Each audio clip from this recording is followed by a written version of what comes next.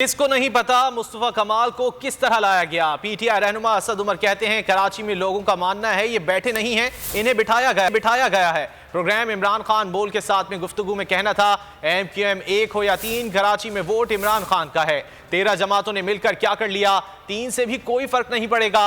असद उमर का कहना था इस वक्त इलेक्शन जीतने का बेहतरीन तरीका इमरान खान का टिकट है। मुस्तफा कमाल उनकी जो पार्टी को जो लॉन्च किया गया था वो क्या सब कराची में किसी को नहीं पता कि लॉन्च करवाया, किस तरीके से सारी प्रोजेक्शन हुई, फंडिंग आई। कराची में तो लोगों का इस वक्त मानना यही है कि ये बैठे नहीं हैं, बिठाया गया है, कोई फर्क नहीं पड़ेगा। वोट कराची के अंदर इस वक्त इमरान खान का है, वो 1 हो या 3 हो।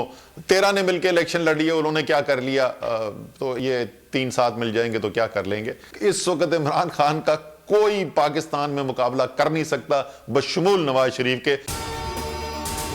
अगर आपको ये वीडियो पसंद आए तो लाइक पर क्लिक करें। 2022 बहुत सारे तोहफे भी देके गया पाकिस्तान की आवाम को। पाकिस्तान की आवाम को एक तोहफा ये दिया कि आवाम को पता चल गया कि पाकिस्तान का मीडिया क्या है। हक और सच का सफर साल 2022 में बोल रहा नंबर 1। हमने बहुत सारे शोज और ट्रांसमिशंस की, पूरा साल मुसलसल जदोजहद में निकल गया कि ये वोट ऑफ कॉन्फिडेंस के पीछे कौन लोग थे।